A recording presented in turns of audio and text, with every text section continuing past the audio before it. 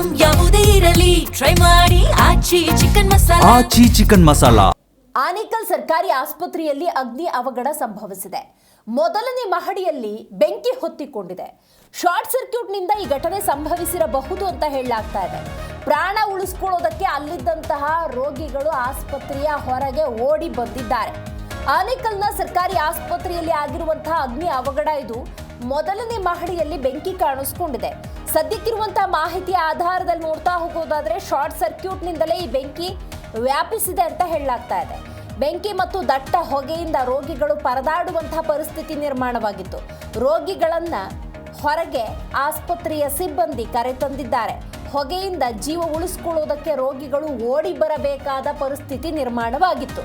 ಸರ್ಕಾರಿ ಆಸ್ಪತ್ರೆಯ ಬೆಂಕಿ ನಂದಿಸೋದಕ್ಕೆ ಹರಸಾಹಸ ಪಡುವಂತಹ ಪರಿಸ್ಥಿತಿ ನಿರ್ಮಾಣವಾಗಿತ್ತು. ಸ್ಥಳದಲ್ಲಿ ಬಿಗುವಿನ ವಾತಾವರಣ ನಿರ್ಮಾಣ ಆಗಿದೆ. ಸದ್ಯಕ್ಕೆ ಲಭ್ಯವಾಗಿರುವಂತಹ ಮಾಹಿತಿಯ ಪ್ರಕಾರ ಇದು ಶಾರ್ಟ್ ಸರ್ಕ್ಯೂಟೇ ಕಾರಣ ಅಂತ ಹೇಳಲಾಗ್ತಾ ಇದೆ. ಆನೇಕಲ್ನ ಸರ್ಕಾರಿ ಆಸ್ಪತ್ರೆಯಲ್ಲಿ ಆಗಿರುವಂತಹ ಅಗ್ನಿ ಅವಘಡ ಇದು.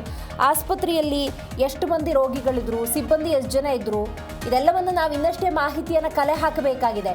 ಆದರೆ ಅಗ್ನಿ ಅವಘಡಕ್ಕೆ ಕಾರಣ ಸದ್ಯಕ್ಕೆ ಲಭ್ಯವಾಗಿರುವ ಮಾಹಿತಿಯ ಪ್ರಕಾರ ಶಾರ್ಟ್ ಸರ್ಕ್ಯೂಟ್ ಅಂತ ಹೇಳಲಾಗ್ತಾ ಇದೆ. ಮೊದಲನೇ ಮಹಡಿಯಲ್ಲಿ ಕಂಡು ಬಂದಂತಹ ಬೆಂಕಿ ಅದು. ನೋಡಿ, ಆ ಸಂದರ್ಭದಲ್ಲಿ ಎಷ್ಟೋ ಜನ ಬೆಡ್ ರಿಡನ್ ಇರ್ತಾರೆ, ವೀಲ್ ಚೇರಲ್ಲಿ, ಸ್ಟ್ರೆಚರಲ್ಲಿ ಹೋಗಬೇಕಾದಂತಹ ಪರಿಸ್ಥಿತಿ ಇರುತ್ತೆ.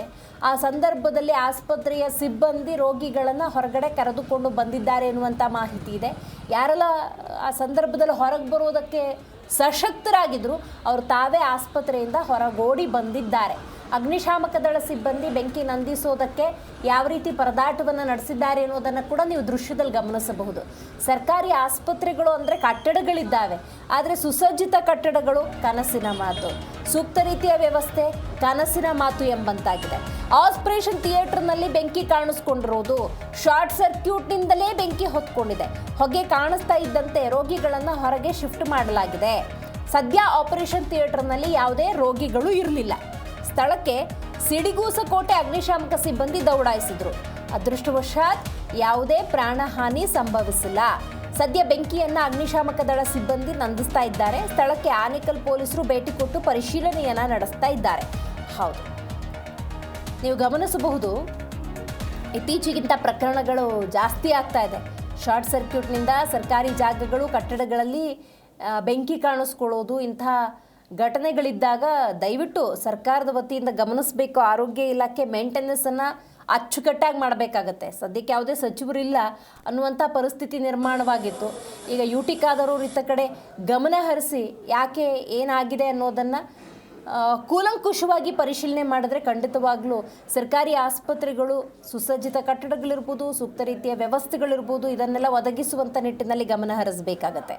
ಆನೇಕಲ್ ಸರ್ಕಾರಿ ಆಸ್ಪತ್ರೆಯಲ್ಲಿ ಆಗಿರುವಂತಹ ಅಗ್ನಿ ಅವಘಡ ಇದು. ಮೊದಲನೇ ಮಹಡಿಯಲ್ಲಿ ಬೆಂಕಿ ಹೊತ್ತಿಕೊಂಡಿದ್ದು, ಶಾರ್ಟ್ ಸರ್ಕ್ಯೂಟ್ನಿಂದ ಬೆಂಕಿ ಹೊತ್ಕೊಂಡಿದ್ದು. ಆ ಬೆಂಕಿಯ ದಟ್ಟ ಹೊಗೆಯನ್ನು ನೀವು ದೃಶ್ಯದಲ್ಲಿ ಗಮನಿಸಬಹುದು.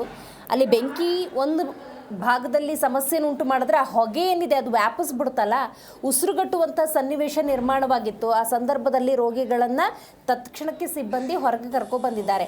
ಯಾರೆಲ್ಲ ಓಡಾಡೋದಕ್ಕೆ ಸಶಕ್ತರಾಗಿದ್ದರು ಅವರೇ ಸ್ವತಃ ಹೊರಗಡೆ ಓಡಿ ಬಂದಿದ್ದಾರೆ ಅನ್ನುವಂಥ ಮಾಹಿತಿ ಇದೆ. ಆಪರೇಷನ್ ಥಿಯೇಟರ್ನಲ್ಲಿ ಬೆಂಕಿ ಕಾಣಿಸ್ಕೊಂಡಿದ್ದು ಶಾರ್ಟ್ ಸರ್ಕ್ಯೂಟ್ನಿಂದ ಹೇಳಲಾಗ್ತಾ ಇದೆ.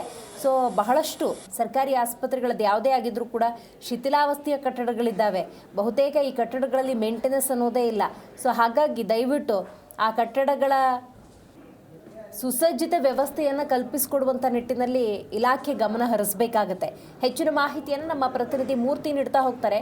ಮೂರ್ತಿ, ಯಾವಾಗ ಆಗಿದ್ದು ಘಟನೆ, ಜೊತೆಗೆ ಸದ್ಯ ಯಾವ ರೀತಿಯ ಪರಿಸ್ಥಿತಿ ನಿರ್ಮಾಣವಾಗಿದೆ? ಸಂಪೂರ್ಣವಾಗಿ ಬೆಂಕಿ ನಂದಿಸೋದಾಯ್ತಾ? ಹೌದು ದಿವ್ಯಾ, ಸರ್ಕಾರಿ ಅಂದ್ರೆ ಆನೇಕಲ್ ತಾಲೂಕಿನ ಸರ್ಕಾರಿ ಆಸ್ಪತ್ರೆಯಲ್ಲಿ ಇಂದು ಬೆಳಗ್ಗೆ ಸುಮಾರು 8 ಗಂಟೆ ಸುಮಾರಿಗೆ ಫಸ್ಟ್ ಫ್ಲೋರ್ನ OT ಕಾಂಪ್ಲೆಕ್ಸ್ ಏನಿದೆ, ಅಂದ್ರೆ ಆಪರೇಷನ್ ಥಿಯೇಟರ್ನ ಮಲ್ಟಿ OT ಕಾಂಪ್ಲೆಕ್ಸ್ ಏನಿದೆ, ಆ ಒಂದು ಮಲ್ಟಿ ಕಾಂಪ್ಲೆಕ್ಸ್ OTಯಲ್ಲಿ ಒಂದು ಕೊಠಡಿಯಲ್ಲಿ ಅಗ್ನಿ ಬೆಂಕಿ ಕಾಣಿಸ್ಕೊಂಡಿರ್ತಕ್ಕಂಥದ್ದು. ಶಾರ್ಟ್ ಸರ್ಕ್ಯೂಟ್ ನಿಂದಾಗಿ ಈ ಒಂದು ಬೆಂಕಿ ಕಾಣಿಸ್ಕೊಂಡು ಇದಕ್ಕಿದ್ದಂತೆ ಹೊಗೆ ಶುರುವಾಗುತ್ತೆ. ಅದನ್ನ ಗಮನಿಸಿದಂತಹ ಅಲ್ಲಿನ ಸಿಬ್ಬಂದಿ ಏನೋ ಹೊಗೆ ಬರ್ತಿದೆ ಅಂತ ಹೋಗಿ ನೋಡಿದಾಗ ಬೆಂಕಿ ಹೊತ್ಕೊಂಡಿರ್ತಕ್ಕಂಥದ್ದು. ಹಾಗಾಗಿ ತಕ್ಷಣ ಎಚ್ಚೆತ್ತಂತ ಸಿಬ್ಬಂದಿ ರೋಗಿಗಳು ಯಾರಿದ್ದಾರೆ ಅಡ್ಮಿಟ್ ಆಗಿರ್ತಕ್ಕಂಥವ್ರು, ಗರ್ಭಿಣಿಯರು ಮತ್ತು ಬಾಣಂತಿಯರು ಎಲ್ಲರೂ ಯಾರಿದ್ದಾರೆ ಎಲ್ಲರನ್ನೂ ಕೂಡ ತಕ್ಷಣ ಹೊರಗಡೆ ಶಿಫ್ಟ್ ಮಾಡಿ ಒಂದು ಸೇಫ್ಟಿಯನ್ನ ಮಾಡಿರ್ತಕ್ಕಂಥದ್ದು. ತಕ್ಷಣ ಅವ್ರನ್ನ ಎಲ್ಲರನ್ನೂ ಕೂಡ ಸೇಫ್ಟಿ ಮಾಡಿ ಅಗ್ನಿಶಾಮಕ ದಳಕ್ಕೆ ಮಾಹಿತಿಯನ್ನು ಮುಟ್ಟಿಸಿರ್ತಕ್ಕಂಥದ್ದು. ಈಗಾಗಲೇ ಸ್ಥಳಕ್ಕೆ ಬಂದಿರ್ತಕ್ಕಂತಹ ಸಿಡಿ ಹೊಸಕೋಟೆ ಅಗ್ನಿಶಾಮಕ ಠಾಣಾ ಸಿಬ್ಬಂದಿ ಯಾರಿದ್ದಾರೆ ಅವರು ಕೂಡ ಆ ಒಂದು ಬೆಂಕಿಯನ್ನ ನಂದಿಸುವಲ್ಲಿ ಯಶಸ್ವಿಯಾಗಿದ್ದಾರೆ. ಆದ್ರೆ ಇನ್ನೂ ಕೂಡ ಹೊಗೆ ತುಂಬಿಕೊಂಡಿರೋದ್ರಿಂದ ಬೆಂಕಿ ಸಂಪೂರ್ಣವಾಗಿ ಆರಿ ಹೋಗಿದ್ದು ಹೊಗೆ ಮಾತ್ರ ಇದೆ. ಹಾಗಾಗಿ ಸಣ್ಣ ಅಂದ್ರೆ ಇವತ್ತು ಬೆಳಿಗ್ಗೆನೂ ಕೂಡ ಜನಿಸಿದಂತ ಮಕ್ಕಳು ಸಹ ಇರೋದ್ರಿಂದ ಅವ್ರನ್ನೆಲ್ಲವೂ ಕೂಡ ನೆಲ ಹಂತದ ಮಹಡಿಯಲ್ಲಿ ಹೊರಗಡೆ ತಂದು ಅವ್ರಿಗೆ ಸೇಫ್ಟಿಯನ್ನ ಮಾಡಿರ್ತಕ್ಕಂಥದ್ದು. ಹಾಗಾಗಿ ಈಗ ಸದ್ಯಕ್ಕೆ ಯಾವುದೇ ರೀತಿಯ ಪ್ರಾಣಾಪಾಯ ಸಂಭವಿಸಿಲ್ಲ. ಮತ್ತೆ ಅದೃಷ್ಟವಶಾತ್ ಏನಂತಂದ್ರೆ ಇವತ್ತು ಆಪರೇಷನ್ ಥಿಯೇಟರ್ ನಲ್ಲಿ ಯಾವುದೇ ಆಪರೇಷನ್ ಕೂಡ ಇರಲಿಲ್ಲ, ಮತ್ತೆ ಆ ಕಾಂಪ್ಲೆಕ್ಸ್ ನಲ್ಲಿ ಯಾವುದೇ ರೀತಿಯ ಚಟುವಟಿಕೆ ಇರಲಿಲ್ಲ. ಹಾಗಾಗಿ ಆ ಬೆಂಕಿ ಕಾಣಿಸ್ಕೊಂಡಿರೋದ್ರಿಂದ ತಕ್ಷಣ ಎಚ್ಚೆತ್ತಂತ ಸಿಬ್ಬಂದಿ ಎಲ್ಲರನ್ನೂ ಕೂಡ ಆರಿಸಿ ಈಗಾಗಲೇ ಪರಿಸ್ಥಿತಿನ ಹತೋಟಿಗೆ ತಂದಿರತಕ್ಕಂಥದ್ದು. ದಿವ್ಯಾ ಮೂರ್ತಿ, ಈಗ ಉಳಿದ ರೋಗಿಗಳು ಅಂದ್ರೆ ಅಲ್ಲಿ ಬೆಂಕಿ ಜೊತೆಗೆ ದಟ್ಟ ಹೊಗೆ ಆವರಿಸಿದ್ರಿಂದಾಗಿ ಆಲ್ರೆಡಿ ಅನಾರೋಗ್ಯ ಸಮಸ್ಯೆಯಿಂದ ಬಳಲ್ತಾ ಇರ್ತಾರೆ. ಈ ಹೊಗೆ ಏನಾದ್ರೂ ಆರೋಗ್ಯದಲ್ಲಿ ಪರಿಣಾಮವನ್ನ ಬೀರಿದೆಯಾ? ಖಂಡಿತ ದಿವ್ಯಾ, ಆ ರೀತಿಯಾದ ಯಾವುದೇ ಹೊಗೆಯ ಪರಿಣಾಮ ಯಾರ ಮೇಲೇನೂ ಕೂಡ ಇನ್ನೂ ಬೀರ್ಲಿಲ್ಲ. ಯಾಕೆಂತಂದ್ರೆ ಹೊಗೆ ಸಣ್ಣದಾಗಿ ಕಾಣಿಸ್ಕೊಂಡಿರೋ ಹಂತದಲ್ಲೇನೆ ಎಚ್ಚೆತ್ತಂತ ಆಸ್ಪತ್ರೆ ಸಿಬ್ಬಂದಿ ಎಲ್ಲರನ್ನೂ ಕೂಡ ಶಿಫ್ಟ್ ಮಾಡಿರ್ತಕ್ಕಂಥದ್ದು. ಮತ್ತೆ ಈ ಒಂದು ತಾಲೂಕು ಆಸ್ಪತ್ರೆಯಲ್ಲಿ ನೀವ್ ಹೇಳಿರ್ತಕ್ಕಂತಹ ಆ ಮಟ್ಟಿಗೆ ಉಸಿರಾಟದ ತೊಂದರೆಯಿಂದ ಅಡ್ಮಿಟ್ ಆಗುವಂತವ್ರು ಯಾರು ಇಲ್ಲ. ಯಾಕಂತಂದ್ರೆ ಈ ಆಸ್ಪತ್ರೆಗೆ ಬರುವಂತವ್ರು ತಾತ್ಕಾಲಿಕವಾಗಿ ಬಂದು ಒಂದು ಪರೀಕ್ಷೆಯನ್ನ ಮಾಡ್ಕೊಂಡು ಹೋಗುವಂತವ್ರು. ದೊಡ್ಡ ಮಟ್ಟದಲ್ಲಿ ಅಡ್ಮಿಟ್ ಆಗಿ ಇಲ್ಲೇ ಒಂದು 2-3 ದಿನ ಇರ್ತಕ್ಕಂಥ ಪೇಷಂಟ್ಗಳು ಯಾರು ಅಂತಂದ್ರೆ ಗರ್ಭಿಣಿ ಮತ್ತು ಬಾಣಂತಿಯರು ಮಾತ್ರ ಇರ್ತಾರೆ. ಯಾಕಂತಂದ್ರೆ ಸರ್ಕಾರದ ಆಸ್ಪತ್ರೆಯಲ್ಲಿ ಹೆರಿಗೆ ಆಗುವಂತವ್ರು ಮಾತ್ರ ಇಲ್ಲಿಗೆ ಇರ್ತದೆ. ಉಳಿದಂತಹ ದೊಡ್ಡ ಮಟ್ಟದ ಕಾಯಿಲೆ, ಉಸಿರಾಟದ ತೊಂದರೆ, ಶುಗರ್, BP ಇರ್ತಕ್ಕಂಥವ್ರು ಇಲ್ಲಿ ಯಾರು ಅಡ್ಮಿಟ್ ಆಗೋದಿಲ್ಲ. ಬರೀ ಮಾತ್ರೆಗಳನ್ನ ತಗೊಂಡೋಗುವಂತವ್ರೆ ಇರ್ತಕ್ಕಂಥದ್ದು. ಹಾಗಾಗಿ ಸದ್ಯ ಇಲ್ಲಿ ಬಾಣಂತಿಯರು ಮಾತ್ರ ಇಲ್ಲಿದ್ದು ಉಳಿದಂತಹ ಬೇರೆ ರೋಗಿಗಳನ್ನ ಯಾವುದೇ ರೀತಿ ತೊಂದರೆ ಇಲ್ದೇನೆ ಒಂದ್ ರೀತಿಯ ಸೇಫ್ಟಿ ಪ್ರಿಕಾಷನ್ಸ್ ಅನ್ನ ತಗೊಂಡು ಕಾಪಾಡಿರ್ತಕ್ಕಂಥದ್ದು. ದಿವ್ಯಾ, ಇನ್ ಪೇಷಂಟ್ಸು ಮತ್ತು ಔಟ್ ಪೇಷಂಟ್ಸು ಸಿಬ್ಬಂದಿ ಟೋಟಲ್ ಎಷ್ಟು ಜನ ಇದ್ರು ಘಟನೆ ನಡೆದಾಗ? ಹೌದು ದಿವ್ಯಾ, ಇನ್ ಪೇಷಂಟ್ಸ್ ಸದ್ಯಕ್ಕೆ ಒಂದು 40ರಿಂದ 50 ಜನ ಇದ್ರೆ, ಔಟ್ ಪೇಷಂಟ್ ಸುಮಾರು 150ಕ್ಕೂ ಹೆಚ್ಚು ಮಂದಿ ಔಟ್ ಪೇಷಂಟ್ ಇಲ್ಲಿ ಇರ್ತಕ್ಕಂಥದ್ದು. ಆದ್ರೆ ಅಗ್ನಿ ಅವಘಡ ಸಂಭವಿಸಿರ್ತಕ್ಕಂಥ ಬ್ಲಾಕ್ ಏನಿದೆ ಅದು ಬಲಗಡೆ ಸೇರ್ತದೆ. ಆಸ್ಪತ್ರೆಯ ಎಂಟ್ರೆನ್ಸ್ ಬಲಗಡೆ ಇರ್ತದೆ. ಔಟ್ ಪೇಷಂಟ್ ವಾರ್ಡು ಎಡಗಡೆ ಇರ್ತದೆ. ಅಂದ್ರೆ ತುರ್ತು ಚಿಕಿತ್ಸಾ ವಿಭಾಗ ಮತ್ತು ಔಟ್ ಪೇಷಂಟ್ ವಾರ್ಡು. ಆದ್ರೆ ಔಟ್ ಪೇಷಂಟ್ ವಾರ್ಡ್ಗೆ ಯಾವುದೇ ರೀತಿಯ ಹಾನಿ ಉಂಟಾಗಿಲ್ಲ. ಇನ್ ಪೇಷಂಟ್ ಅಲ್ಲಿ ಇರ್ತಕ್ಕಂತಹ ರೋಗಿಗಳಿಗೆ ಮಾತ್ರ ತೊಂದರೆ ಆಗಿರ್ತಕ್ಕಂಥದ್ದು. ಹಾಗಾಗಿ ಸದ್ಯ ಯಾರಿಗೂ ಕೂಡ ಏನು ತೊಂದರೆ ಆಗದೇನೆ ಈಗಾಗಲೇ ಎಲ್ಲಾ ಸೇಫ್ಟಿಯನ್ನ ತಗೊಂಡು ಎಲ್ಲರನ್ನು ರಕ್ಷಣೆ ಮಾಡಿರ್ತಕ್ಕಂಥದ್ದು. ದಿವ್ಯಾ, ಥ್ಯಾಂಕ್ ಯು ನಿಮ್ಮೆಲ್ಲ ಮಾಹಿತಿಗಾಗಿ. ಮೂರ್ತಿ,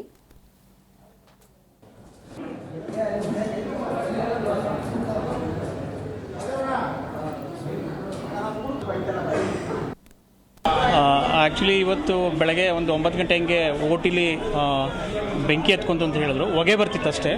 ಸೊ ಯೂಶ್ವಲಿ ಓಟಿಲಿ ಯಾರೂ ಇರಲಿಲ್ಲ. ಸೊ ಹೊಗೆ ಅಂತ ಹೊಗೆ ನೋಡಿದಾಗ ನಾವು ಫೈರ್ ಎಕ್ಸ್ಟಿಂಗ್ವಿಷರ್ ತೊಗೊಂಡಿದ್ದೆ ಆಫ್ ಮಾಡ್ಲಿಕ್ಕೆ ಟ್ರೈ ಮಾಡಿದ್ವಿ. ಫೈರ್ ಎಕ್ಸ್ಟಿಂಗ್ವಿಷರ್ ಆಫ್ ಮಾಡಿದ್ರು ಹೊಗೆ ಕಡಿಮೆ ಆಗಲಿಲ್ಲ. ಮತ್ತು ನೆಕ್ಸ್ಟು ಇಮಿಡಿಯೇಟಾಗಿ ಫೈರ್ ಎಕ್ಸ್ಟಿಂಗ್ವಿಷರ್ಗೆ ಫೋನ್ ಮಾಡಿದ್ವಿ. ವಿತಿನ್ 5 ಮಿನಿಟ್ಸಲ್ಲಿ ಫೈರ್ ಎಕ್ಸ್ಟಿಂಗ್ವಿಷರ್ ಬಂದರು. ಅದನ್ನೆಲ್ಲ ಹಾರಿಸ್ಲಿಕ್ಕೆಲ್ಲ ಟ್ರೈ ಮಾಡಿದ್ರು. ವಿತಿನ್ 10 ಮಿನಿಟ್ಸ್ ಎಲ್ಲ ಹೊಗೆಲ್ಲ ಕಡಿಮೆ ಆಯಿತು. ಫೈರ್ ಇದೆಲ್ಲ ಕಡಿಮೆ ಆಯಿತು.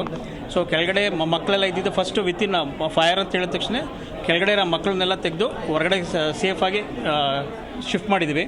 ಇದುವರೆಗೂ ಯಾವುದೂ ಮಗುಗಾಗಲಿ ತಾಯಂದಿರಿಗಾಗಲಿ ಯಾವುದೂ ತೊಂದರೆ ಆಗಿಲ್ಲ. ಎಲ್ಲರೂ ಸೇಫ್ ಆಗಿದ್ದಾರೆ. ಸರ್, ಇತ್ತೀಚೆಗೆ 20 ಲಕ್ಷ ಜನ ಮೆಷಿನ್ ಒಂದು ಇನ್ಸ್ಟಾಲ್ ಮಾಡಿದ್ದಾರೆ ಅಂತಲ್ಲ ಸರ್? ಇದುವರೆಗೂ ಯಾವುದೋ ಆ ಥರ ಮಿಷಿನ್ ಇದ್ರವರೆಗೂ ಯಾವುದೂ ಗೊತ್ತಿಲ್ಲ ಸರ್. ವಿಡೋಂಟ್ ಎಕ್ಸಾಕ್ಟ್ಲಿ. ನೀವು ಲ್ಯಾಪ್ರೋಸ್ಕೋಪಿ ಅದಿನ್ನೂ ಇನಾಗ್ರೇಷನ್ ಏನೂ ಆಗಿಲ್ಲ ಸರ್. ನೆನ್ನೆ ತಾನೇ ಪೂಜೆ ಮಾಡಿದ್ವಿ, ಅದು ಒಳಗಡೆ ಇದೆ. ಅದನ್ನು ಸರ್ ಕೇಳ್ತೀವಿ. ಪೂಜೆ ಮಾಡಿದ್ರಂತಲ್ಲ, ಆ ಮಿಷಿನ್ ಏನಾದರೂ ಆ ಥರ ಆಗಿದೆ ಸರ್? ಅದ್ರ ವಿಷಯ ಬಗ್ಗೆ ನನಗೆ ಗೊತ್ತಿಲ್ಲ. ಅದು ಏಮೋ ಬರ್ತಾರೆ, ಏಮೋ ಜೊತೆ ಕೇಳಬೇಕು ಸರ್. ಅಲ್ಲ, ಎಲ್ಲಿ ಬೆಂಕಿ ಹೊತ್ಕೊಂಡಿರೋದು ಸರ್? ಬೆಂಕಿ ಹೊತ್ಕೊಂಡಿರೋದು ಓಟಿಲಿ ಸರ್. ರೋಗಿಗಳು ಒಂದು ಆಲ್ಮೋಸ್ಟ್ ಒಂದು ಮಧ್ಯಾಹ್ನ ಅಷ್ಟೊತ್ತಿಗೆ ಮೇಲ್ಗಡೆ ಓಟಿ ಇರೋದು ಫಸ್ಟ್ ಫ್ಲೋರಲ್ಲಿ. ಸೊ ಆಲ್ಮೋಸ್ಟ್ ಎಲ್ಲ ಹೊಗೆ ಎಲ್ಲ ಕಡಿಮೆ ಆಗಿದೆ. ಸೊ ಕೆಳಗಡೆ ಗ್ರೌಂಡ್ ಫ್ಲೋರಲ್ಲಿ ಯಾವುದೂ ಆ ಥರ ಇನ್ಸಿಡೆಂಟ್ ಇಲ್ಲ. ಸೊ ಹೊಗೆ ಬರ್ತಿದ್ದು ಆಲ್ಮೋಸ್ಟ್ ಈಗ ವಾರ್ಡಲ್ಲಿ ನೋಡಿದ್ರೆ ಹೊಗೆ ಏನು ಕಾಣಿಸ್ತಿಲ್ಲ. ಒಂದು ಆಲ್ಮೋಸ್ಟ್ 3 ಅವರ್ಸ್ ವೆಯ್ಟ್ ಮಾಡ್ತೀವಿ. 3 ಅವರ್ಸ್ ಆದಮೇಲೆ ಪೇಷಂಟ್ಸ್ ಎಲ್ಲ PNCಗೆ ಅಲ್ಲಿಗೆಲ್ಲ ಶಿಫ್ಟ್ ಮಾಡ್ಕೊತೀವಿ ಸರ್. ಅಲ್ಲ, ಈಗ ಬೆಳಗ್ಗೆನೂ ಒಂದು 7:45 ಡೆಲಿವರಿ ಆಯಿತು. ಆದ ಬೇಬಿನ ಎಲ್ಲ ಸೇಫ್ಟಿ ಆಗಿದೆ. ಇಲ್ಲಿ ಹೊರಗಡೆ ಇಟ್ಕೊಂಡಿದ್ದೀವಿ. ಸೊ 2 ಜನ ಪಿಯಾಟ್ರಿಷನ್ ಇದ್ದೀವಿ. ಎಲ್ಲ ಮಕ್ಕಳು ನಾವು ಟೇಕ್ ಕೇರ್ ಮಾಡ್ತೀವಿ. ಏನಿಲ್ಲ ಸರ್, ಯೂಶಲಿ ಏನಾಗಲ್ಲ, ಆ ಥರ ಏನಾಗಲ್ಲ. ಸೊ ಮತ್ತೆ ಒಂದು ಹಾಫ್ ಆನ್ ಅವರ್ ಆದಮೇಲೆ ಮತ್ತೆ ಒಂದು 3 ಅವರ್ಸಲ್ಲಿ ಮತ್ತೆ ಶಿಫ್ಟ್ ಮಾಡ್ಕೊತೀವಿ ಸರ್. ಏನು ಪ್ರಿಕಾಷನ್ಸ್ ತೊಗೊಂಡಿದ್ದಾರೆ ಸರ್? ಪ್ರಿಕಾಷನ್ಸ್ ಎಲ್ಲ ಏನು ಫೀಡ್ಸ್ ಎಲ್ಲ ಮಾಡಿಸ್ತಿದ್ದೀವಿ. ಸೊ ಶುಗರ್ಸ್ ಎಲ್ಲ ಇಲ್ಲೇ ಚೆಕ್ ಮಾಡ್ತಿದ್ದೀವಿ. ಸೊ ಆ ಥರ ಏನು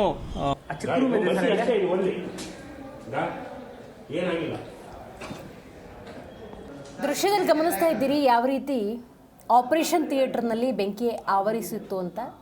ಸದ್ಯಕ್ಕೆ ಲಭ್ಯವಾಗಿರುವಂತಹ ಮಾಹಿತಿಯ ಪ್ರಕಾರ ಶಾರ್ಟ್ ಸರ್ಕ್ಯೂಟ್ನಿಂದಲೇ ಈ ಅವಘಡ ಸಂಭವಿಸಿರೋದು. ಎಲ್ಲ ರೀತಿಯ ಪರಿಶೀಲನಾ ಪ್ರಕ್ರಿಯೆಯನ್ನು ಮಾಡಲಾಗಿದೆ, ಬೆಂಕಿಯನ್ನು ನಂದಿಸಲಾಗಿದೆ. ಸ್ಥಳಕ್ಕೆ ಅಗ್ನಿಶಾಮಕ ದಳ ಸಿಬ್ಬಂದಿ ಸಕಾಲಕ್ಕೆ ಬಂದು ಬೆಂಕಿಯನ್ನು ನಂದಿಸಿದ್ದಾರೆ. ಬಟ್ ಆ ವ್ಯವಸ್ಥೆಯನ್ನು ನೀವು ಗಮನಿಸಬಹುದು. ಸರ್ಕಾರಿ ಆಸ್ಪತ್ರೆಗಳ ಪರಿಸ್ಥಿತಿ ನೋಡಿ ಹೆಂಗಿದೆ. ಕಂಪ್ಲೀಟ್ ರಿನೋವೇಷನ್ ಆಗಬೇಕು. ಯಾಕಂತ ಹೇಳಿದ್ರೆ ಆಸ್ಪತ್ರೆ ಅಂದರೆ ಸುಸಜ್ಜಿತ ಕಟ್ಟಡ ಇರಬೇಕು, ಸೂಕ್ತ ರೀತಿಯ ವ್ಯವಸ್ಥೆಗಳಿರ್ಬೋದು. ಎಲ್ಲ ರೀತಿಯ ವ್ಯವಸ್ಥೆಗಳನ್ನು ಕಲ್ಪಿಸ್ಕೊಡ್ಬೇಕಾಗತ್ತೆ. ನೋಡಿ ಆ ಬೆಂಕಿ ಯಾವ ರೀತಿ ವ್ಯಾಪಿಸಿದೆ ಅನ್ನೋದಕ್ಕೆ ಇಲ್ಲಿ ದೃಶ್ಯದಲ್ಲಿ ನೋಡಿದ್ರೆ ಗೊತ್ತಾಗುತ್ತೆ. ಶಾರ್ಟ್ ಸರ್ಕ್ಯೂಟ್ನಿಂದಲೇ ಆಗಿರುವಂಥ ಅವಘಡ ಇದು. ಸೊ ಎಲ್ಲ ರೀತಿಯ ವ್ಯವಸ್ಥೆಯನ್ನು ಈಗ ಮಾಡಲಾಗಿದೆ. ಅಂದರೆ ಬೆಂಕಿ ನಂದಿಸಲಾಗಿದೆ. ಪೇಷಂಟ್ಸ್ಗೆ ಯಾವುದೇ ರೀತಿ ತೊಂದರೆ ಆಗದಂತೆ ಅವರನ್ನು ಸಕಾಲಕ್ಕೆ ಹೊರಗಡೆಗೂ ಕೂಡ ತೆಗೆದುಕೊಂಡು ಹೋಗಲಾಗಿದೆ. ಬಟ್ ಯಾವುದೇ ಸರ್ಕಾರಿ ಆಸ್ಪತ್ರೆ ಆಗಿದ್ರೂ ಕೂಡ ಆರೋಗ್ಯ ಇಲಾಖೆ ಇದರ ಬಗ್ಗೆ ಗಮನ ಹರಿಸಬೇಕು. ಸುಸಜ್ಜಿತ ಕಟ್ಟಡವನ್ನು ಒದಗಿಸಬೇಕು, ಸೂಕ್ತ ರೀತಿಯ ವ್ಯವಸ್ಥೆ ಕೊಡಬೇಕು, ಜೊತೆಗೆ ಇವೆಲ್ಲವೂ ಕೂಡ ರಿನೋವೇಷನ್ ಆಗಬೇಕು. ಆ ನಿಟ್ಟಿನಲ್ಲಿ ಇಲಾಖೆ ಗಮನ ಹರಿಸಬೇಕು ಅನ್ನೋದು ಅಲ್ಲಿನ ಸ್ಥಳೀಯರ ಮನವಿಯಾಗಿದೆ.